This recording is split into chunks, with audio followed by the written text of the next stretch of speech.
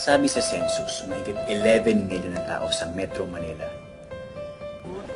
Sa dami ng tao ngayon, paano mo kaya malalaman kung sino sa kanila yung para sa'yo? Paano mo nakasalubong mo na siya? Kaya lang hindi mo pinansin. Dumaan na pala sa harap mo. Nung yumuko ka para magsintas ng sapatos mo. Nakatabi mo na pala. Kaya lang lumingon ka para tignan yung traffic light. Baka andun na siya. Umarang lang yung pedicab.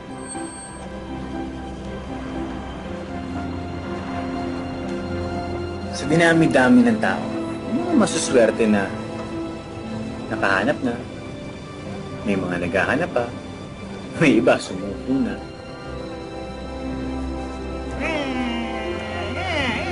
Pero ang pinakamasaklap sa lahat, yung nasa yun na, yung nakawalan mo pa.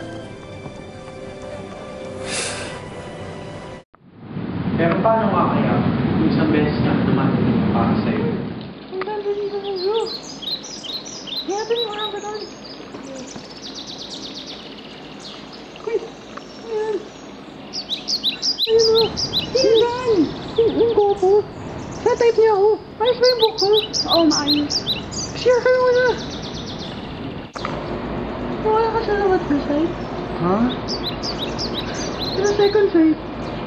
Ako nga pala si Irene. I am Apollo. Wala, lakad dito tayo.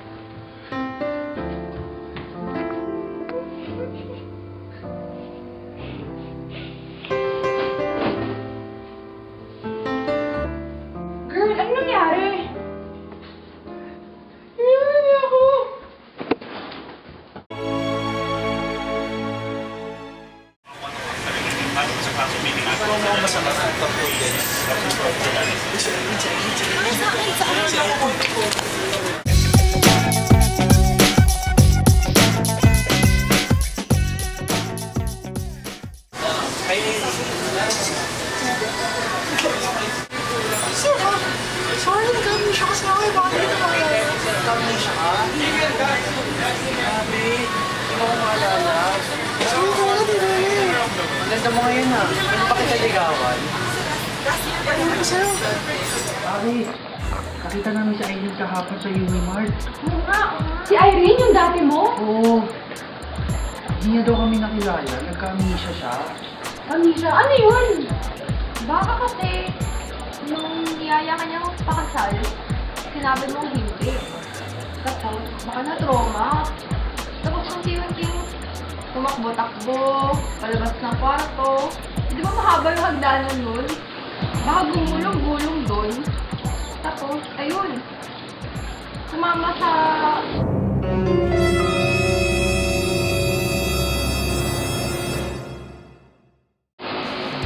Mano, pwede. Pero yun nga eh, gusto ko nga talagang pumawi sa kanya eh. Kaya nga kahapon, sinabi ko, niligawan ko siya. Diba? Ayos yun, ayos yun. Gawin ko lahat para bumalik lang siya sa akin.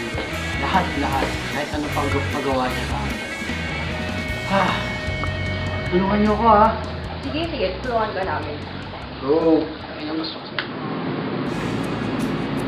Hala, Irene, nagkamali siya ka pala? Man, ako na yun lang rin. Ay, nagsigawan na ako eh. Tapos siya nagawan na rin. Ha? Naligawan ka niya ulit? Kaya kumahan na. Kaya ako niya siya. That's right.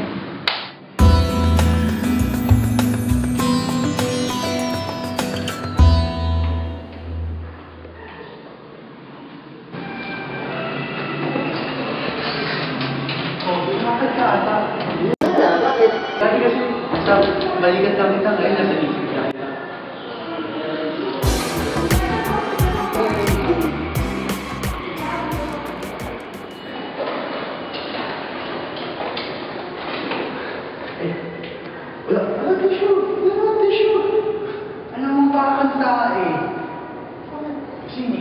naman. Okay.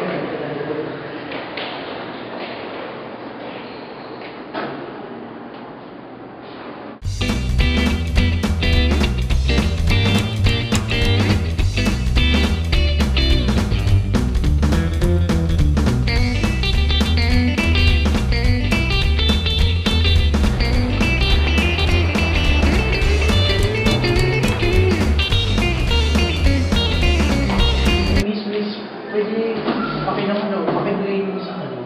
Okay, sige. Ay, sabi na kailangan din daw nila ng napkin. So, bibili ako? Oo, pabili daw.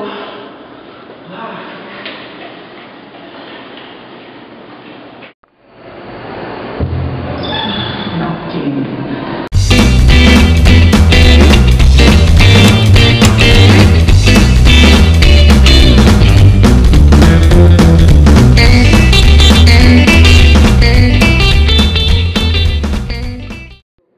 Grabe, ang tagal naman.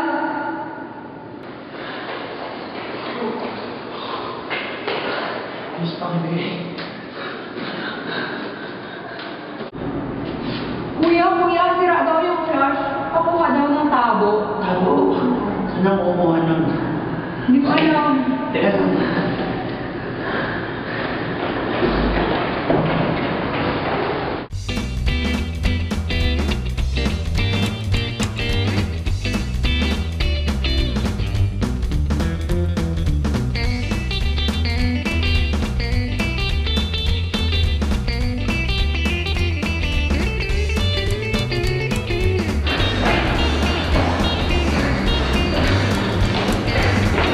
Ate!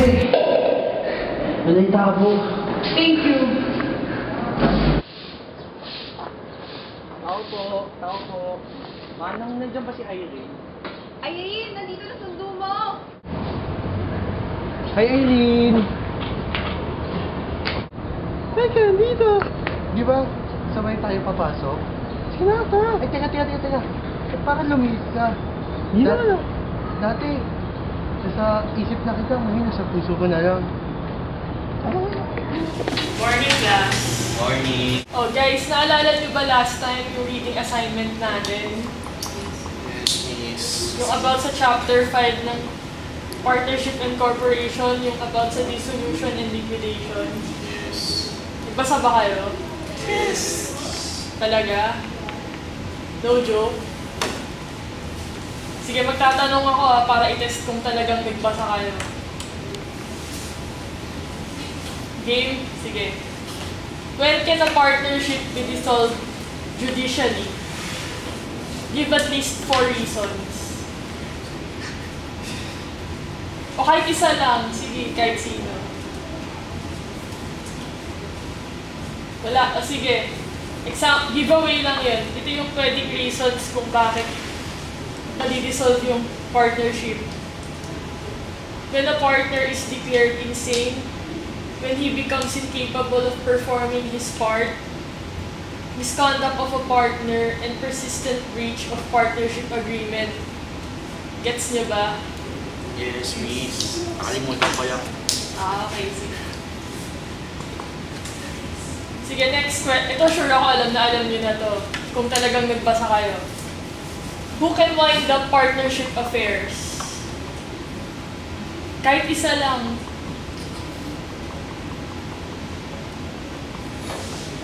Wala talaga. Nakakainis na kayo Sige. Bibigay ko, tas pag yung next question walang nakasagot, quiz tayo next meeting. Game ba yun? Sige, ito yung mga pwedeng mag-wind up ng partnership affairs.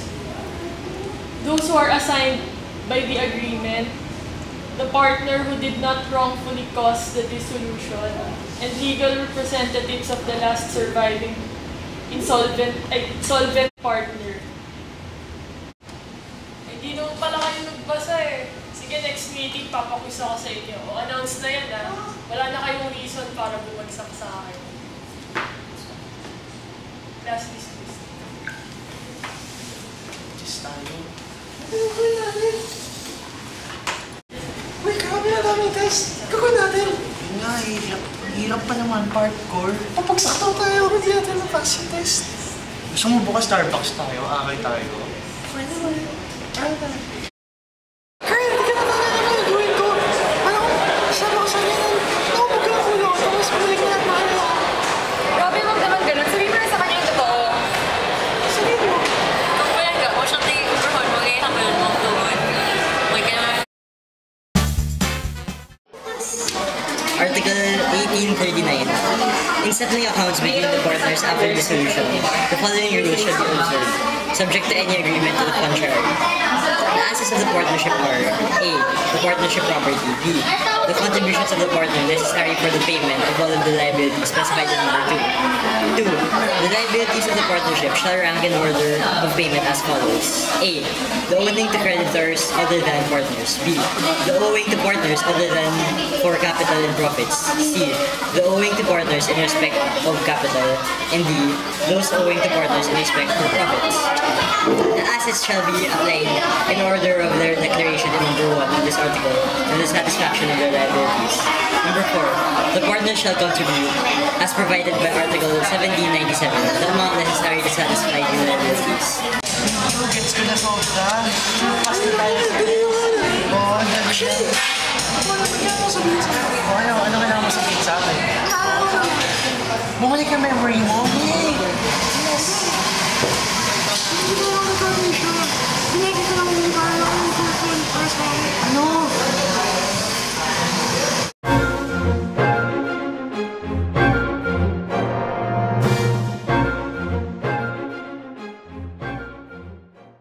Ang sakit. Ang sakit. So, hindi ko na kaya.